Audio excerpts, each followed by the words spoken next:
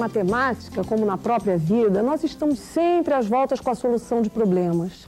Mas nas aulas de matemática, a resolução de problemas é com certeza o maior dos problemas. Mas é uma vivência que, se praticada em conjunto, permite que todos aprendam, é muito rica. Mas fica uma dúvida, como é que o professor pode facilitar e até mesmo enriquecer esse processo? É sobre isso que a gente vai conversar agora.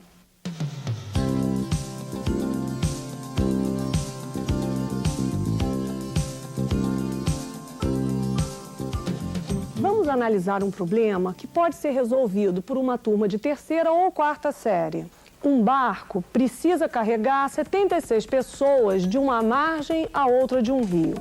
As pessoas estão com pressa de atravessar o rio, mas o barco só pode carregar apenas 12 pessoas de cada vez. O que se quer saber é quantas viagens esse barco terá que fazer para transportar essas pessoas. Nós, adultos, percebemos logo que se trata de um problema de divisão. Não se trata de repartir uma quantidade entre pessoas, mas a divisão não serve só para repartir. Nesse problema, por exemplo, nós precisamos saber quantos grupos de 12 pessoas cabem nas 76. Cada grupo desses resulta numa viagem do barco. Em outras palavras, nesse problema, nós estamos verificando quantas vezes o 12 cabe no 76. São 7 viagens. 6 delas com 12 pessoas e uma com 4 pessoas. O quantos 12 cabem em 76 é um outro significado da operação de divisão, diferente do significado habitual de repartir. É usando esse significado que se resolve o problema. Mas o problema não precisa obrigatoriamente ser resolvido pela divisão. Numa turma de terceira série, por exemplo, é comum os alunos ainda não reconhecerem o significado da divisão de que falamos. Mas se eles forem incentivados pelo professor, encontrarão meios de resolver o problema. Por exemplo, podem fazer 76 menos 12 igual a 64. 64 menos 12 igual a 52. 52 menos 12, por sua vez, é igual a 40. Cada 12 que tiram de 76 indica uma viagem. Esse problema foi dado numa terceira série em que os alunos tinham aprendido muito pouco sobre divisão. Vamos ver o que ocorreu. E aí, Tati, o que você resolveu fazer aí? Vocês tinham falado pra mim que eu fazia de um jeito, agora vocês resolveram mudar? Aquilo é complicado. É complicado? Tati? Porque tá tirando história fazer 2007. A classe foi dividida em duplas. A professora conversou com várias duplas. Ela não explica, mas faz perguntas, incentiva, desafia. O que a gente vai ter que descobrir agora é quantas viagens vão ser necessárias para o barco fazer. Mariana, quer perguntar? O que você quer perguntar? Era só que de vezes, só de vezes, sim? Renê, por que você está fazendo desse jeito? Porque para dividir, que as pessoas vão atravessar de um lado para o outro lado. Eu acho que seria legal isso que vocês fizeram. Vocês foram fazer de cabeça? Vocês foram fazendo isso? Não, foi escrevendo. Eu acho que era bom deixar isso, não acha? Note que não surgiram os processos descritos, surgiram outros. Essa criança fez grupos de 12 bolinhas para ver quantos desses grupos cabem em 76. Ela está pensando em dividir ou multiplicar, embora não tenha registrado cálculo algum.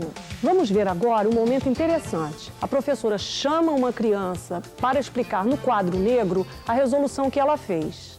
A gente andou aí pela sala e eu estava vendo que todo mundo encontrou uma forma de resolver, né? Eu escolhi uma forma de resolver, que é a forma do Ferrari, que está aqui na lousa, e ele vai vir explicar pra gente o que ele fez e por que ele fez dessa maneira aqui, o problema dele. Vem, Ferrari. Por quê?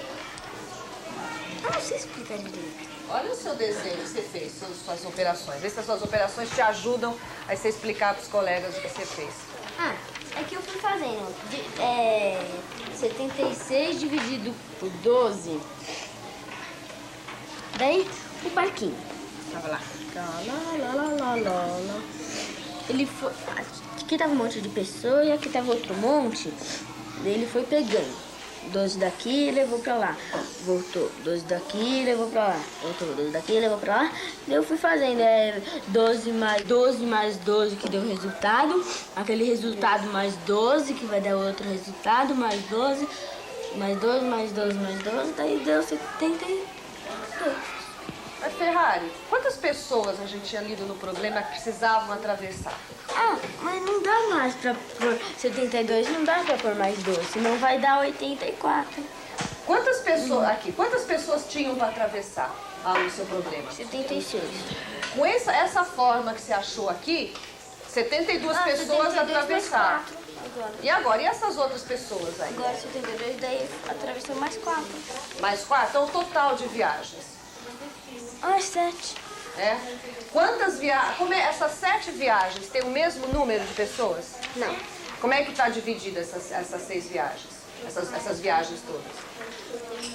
Tem o mesmo número, sim, porque só na última que leva só mais 4. Todos levam 12.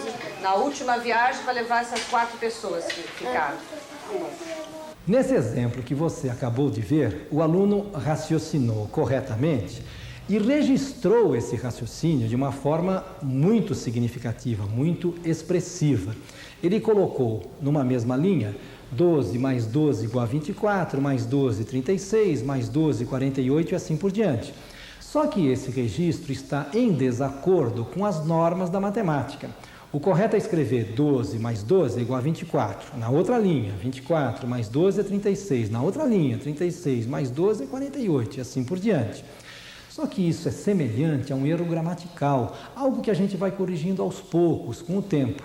Nesse momento, importante mesmo é o raciocínio que ele fez correto. Pode parecer estranho que esse problema tenha sido resolvido por mais de uma maneira. Isso não acontece quando o professor dá uma teoria e os problemas vêm logo depois, como uma aplicação ou como uma forma de verificar a aprendizagem. Nesse caso, claro que os alunos escolhem quase sempre o mesmo caminho, porque já sabem que o problema deve ter relação com o que o professor explicou antes, com a teoria que o professor ensinou antes do problema. No entanto, nos casos em que vimos, o professor não tinha dado teoria prévia. Os alunos, sem dicas, sem pistas, tiveram que usar seus próprios recursos e experiências. Isso é muito importante no nosso trabalho, né? Nós temos que notar que os alunos raciocinaram, cada um a seu modo, porque o professor não coibiu. Muito pelo contrário, ele incentivou discretamente. E também porque depois cada um pôde mostrar como e o que pensou. E a oportunidade de expor o raciocínio é um incentivo para raciocinar, dizer como a gente pensou. Se eu tenho que pensar e guardar para mim mesmo, o que penso talvez não me interesse pensar. Por isso, o comportamento do professor pode contribuir bastante para a resolução dos problemas. E a professora que nós acabamos de ver agiu bastante bem.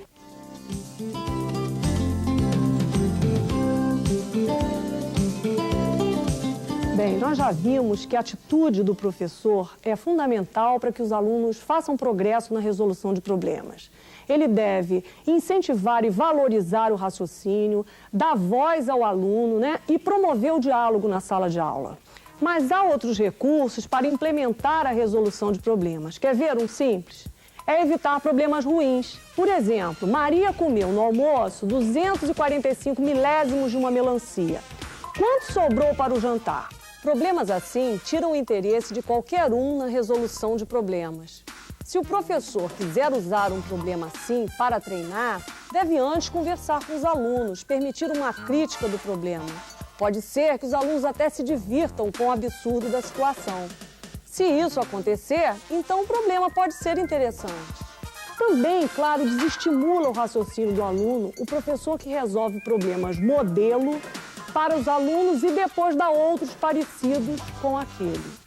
Quem tem que pensar é o aluno. Seguindo modelos, o que acontece é que os alunos aprendem a decorar e não são incentivados a raciocinar. Vamos acompanhar e ver com atenção esse outro trabalho em sala de aula? Então agora a Débora, que é o caixa do nosso shopping, vai explicar pra gente qual é a função do caixa no momento da compra e da venda.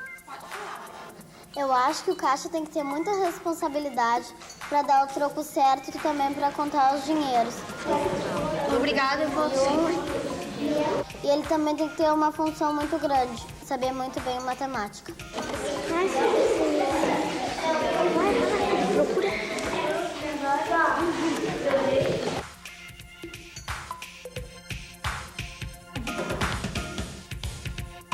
Vivências, experiências são importantes para a resolução de problemas.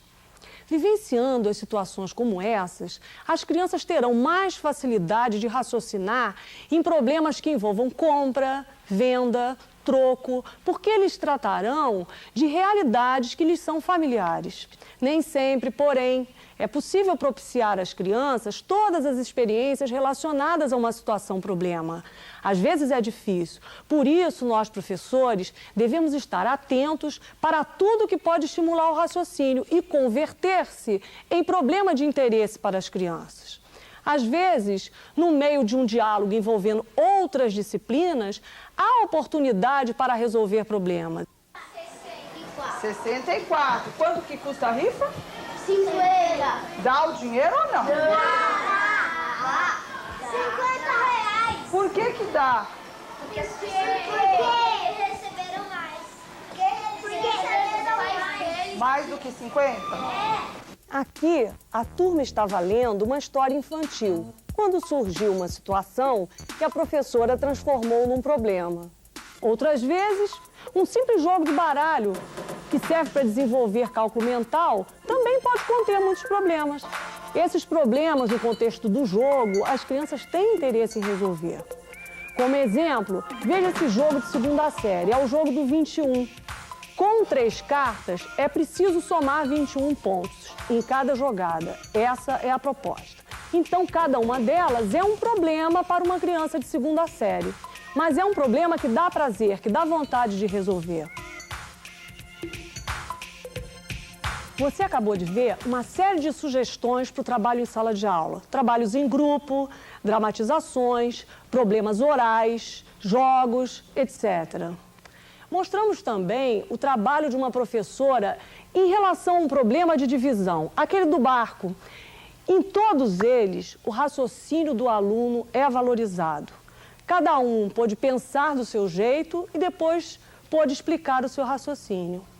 Há sempre diálogo entre professor e aluno, e entre aluno e aluno, que também é da maior importância. O professor não é aquele que resolve os problemas. Ele levanta questões, incentiva e discute. Em muitos casos, ele até nada explica e deixa mesmo essa tarefa para um aluno. Pois é, o sucesso na resolução de problemas começa aí. Hoje nós ficamos por aqui e até breve.